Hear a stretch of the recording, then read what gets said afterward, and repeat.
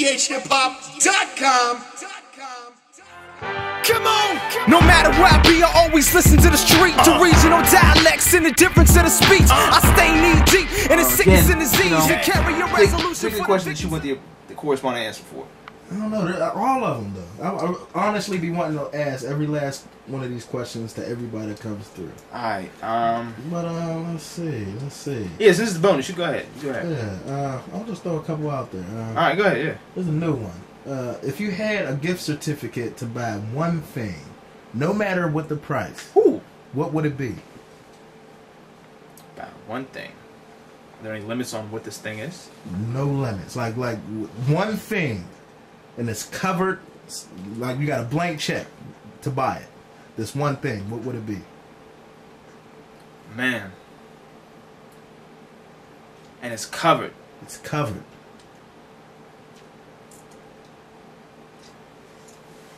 I'm gonna get selfish. And I'm not a selfish person in the terms of when it comes to monetary shit, but I think it would help me out a lot. Because if I can get this check, then it would mean it was in God's will after all. So, I'm gonna get a check to disarm Israel's nuclear capability. Stop fucking with Lebanon! Fuck Israel. Real rap. You killing my country, man. I'm sick of this shit. Beirut is gone now. Seriously, Beirut is leveled. The place where my mom's family came from is gone. You bomb orphanages. You kill innocent people. You kill more American journalists than any Muslims have. That's a fact. You can look that up. Israelis have killed more Americans than any other country in a non-wartime setting. And we pay for them to be a superpower in the world. $52 trillion a year. Something like that. Or $52 billion a year we pay Israel. That's $1 billion every week in a year we give to them for their defense funds. Defense. They're not defending shit. They're attacking everything. So if I could cut a check, I would neutralize their nuclear capability. I'm not saying disarm the country, because there are still very good Israelis. There are great Israelis there in that country. Word. And I don't want to render nobody completely defenseless. You know? Word. Nuclear capabilities, none. Nil. Nullified. That's what my check would be. And you said you want to get selfish with that. That's unselfish of you, really. I mean, my Lebanese blood kicks up. Really. I know my mom was probably like, yeah. But, and those family members are probably like, yeah. I lost family members in that airstrike a couple years back. I lost family members. I lost my culture, elements of my culture that I'll never be able to explore because of that shit. That's real rap. People that have lost their roots in slavery and shit. You know what I mean? Imagine us being, not to say there's any less, definitely not that, but imagine now watching on TV your history be eradicated in front of your eyes. Imagine that. Can you imagine what that feels like? Watching your culture, your history, your countrymen be eradicated. 9/11 was a tragedy, right? No one got to watch bombs drop on innocent. I mean, I'm not sitting here saying 9/11 is anything less. But let's be honest. Who really was in charge of that shit? What they say? Bush brought down the towers. It was you, nigga. Tell the truth, nigga. You know what I mean? Now, just sit there, imagine this shit. Watch it helplessly. Your whole your culture. And I was ready to go to Lebanon when that happened.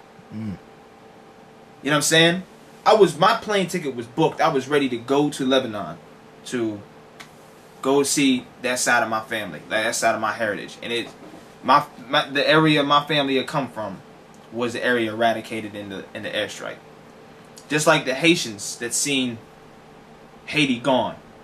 But some of the older generation Haitians that came to the States will never be able to go back and recognize Port-au-Prince. When they rebuild it up, it's not going to be recognizable. When Beirut when the 916 is rebuilt back up, you know what I'm saying? I mean, I've never been there in the front, but what I came to originally see, it's not going to be there anymore. It's gone.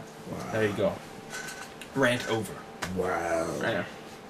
That's real. Yeah, man. That's real though, man. Yeah. We got a little bit of everything in this we did, Chronicles, man. Yeah. We went all over the place. Let's just go ahead. I'm gonna go ahead and wrap it up then, man, because it's probably gonna be like 6, 7, 8 segments. Yeah, man. Yeah. Might have to break this down. Yeah. to two different Chronicle sessions. But okay. Let the people know where they can find you, get in touch with you, get your music. You got any shout outs? I just want to shout, first email, off, Twitter, shout out Mysterious. MySpace, shout out to Mysterious, you know, definitely. It. It's been a long time coming. But yeah, I mean, hey, look, you haven't heard of me by now. I don't know what's wrong with you, but Google Ayatollah Jaxx. That's all I can say. And you will find me anywhere you want. That's it, spell that one time, you know, some people. Ayatollah, Ayatollah, Jaxx, Jaxx. You can holler at me. Alright? Assalamu alaikum wa rahmatullah. That means peace and blessings of God be upon you.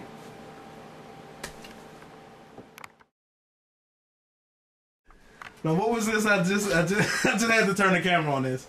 I said it's Life Jennings changed your life. Life Jennings changed my life. That album, because it came out when I was still in high school, and I had heard Stick Up Kid shortly after I got out of jail, and he was speaking from a perspective that I could relate to. I've never heard an R&B singer talk that real shit, like just real. Well, Akon did with his very, very first joint. But Akon didn't live that shit. Up shit. But Akon was never in jail. That was the thing. That discredited his whole avenue because he was. Really? You didn't see that? They put his criminal record out as clean. You serious? Yeah. I actually did. I'm yeah. They put the same people that blew up Rick Ross's spot, blew up Akon's spot. That's kind of fucked up because his producer tag was the jail boys. Yeah. Shit too. The thing that I liked about Life Jennings was that I be robbing these niggas. I'm a stick-up kid. That's how I live. I admit it. I'll be robbing these niggas. Like, that is shit I can relate to. Yeah, I just sang for y'all. Yeah. Like, but that's the, like, I'm not, and mind you, I'm not glorifying that lifestyle. But between, like, you know, when I was like 15 to 18, even like almost 19, yeah. Like, I'm not glorifying that shit. And I'm not proud of it, but it brought me to the point I am in my life today, so I'm not going to sit here and deny it. But it was just so refreshing to hear somebody talk it from that angle, like, hey, I just came out of jail. I'm not glorifying this, but let me tell you about this, because there's brothers going through that struggle right now. Jaheim was in jail, though, right? And that's it, yeah. Like I said, Life Jennings was like a light-skinned Jaheim with a better vocal range. Jaheim was, that first CD was crazy. You know what I mean? And it's shit that you could relate to, just, like, because, let's keep it funky. Not everybody looks like Genuine with the baby hair and the muscles and shit. Not every art, but I mean, it isolates. You want to say not every rapper looks like me, you know? Yeah, right. But like, what I'm saying though is like, Life is just a regular dude. You can run into Life Jennings anywhere. Everybody knows a light skinned nigga with a beard. I was a light skinned nigga with a beard for a long time. Idasa Tariq is Pittsburgh's light skinned nigga with a beard right now. Salam alaikum, Das. But yeah, I mean. Same thing with Jaheim. You can run into Jaheim anywhere. He's not a super standout, great-looking guy. Pause. He's really not. Like Jennings, the same thing. They're just regular guys with great voices, great stories, relatable music, and that's why it touched people. Were you a stick-up kid?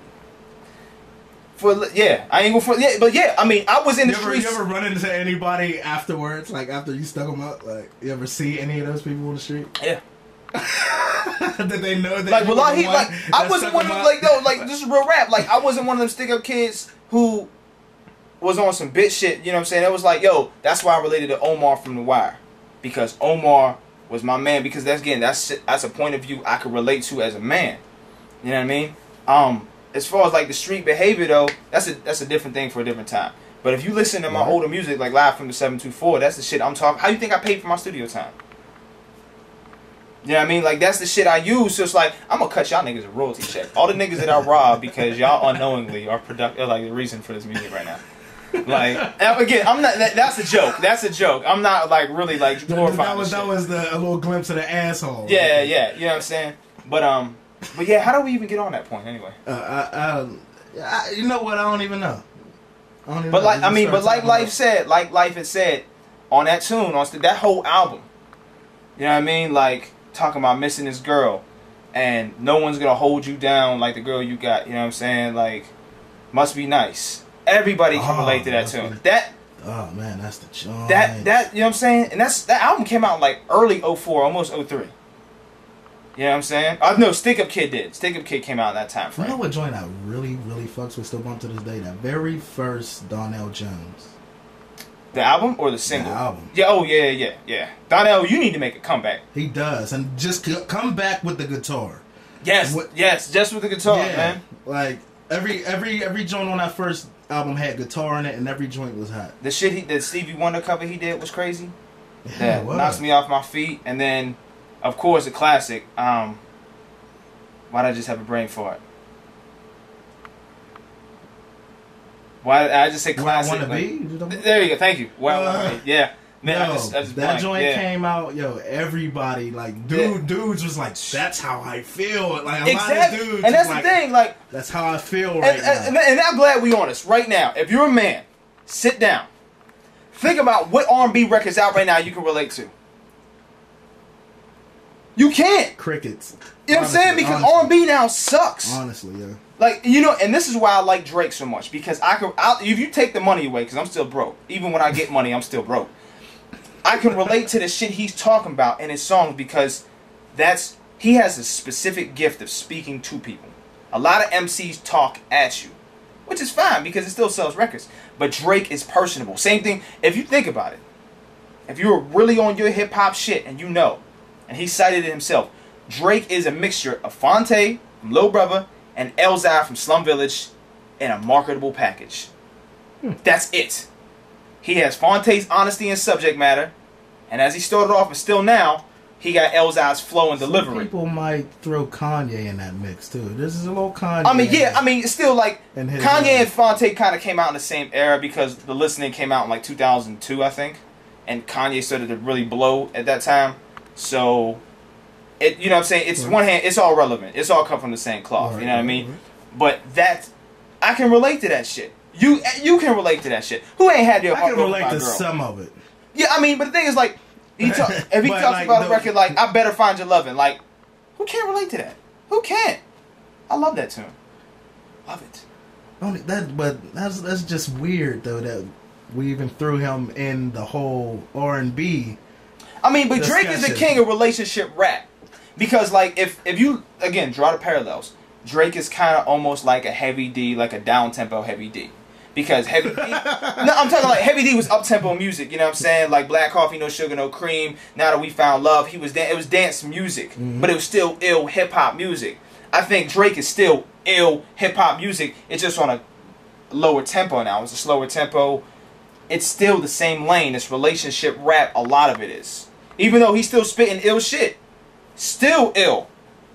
If you haven't listened to like Good Night and Good Luck when he's smashing Aristo and all them other clown ass niggas from Scarborough, clown ass niggas from Scarborough, it's a Toronto thing, sorry.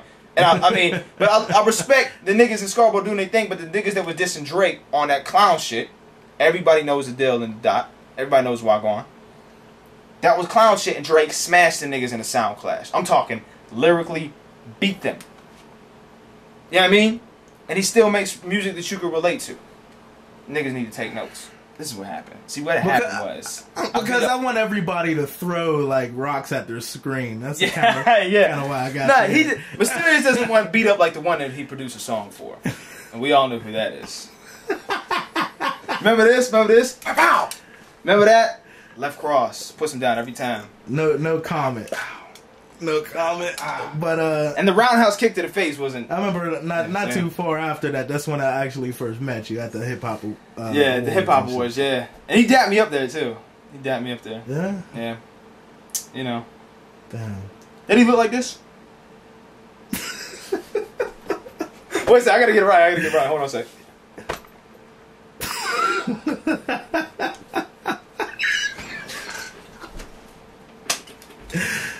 I'm not, like real rap, man. Oh, I'm a dick. You that are, was uncalled for. yeah. That was uncalled for. I was just about to say, you're a fucking asshole. Yeah.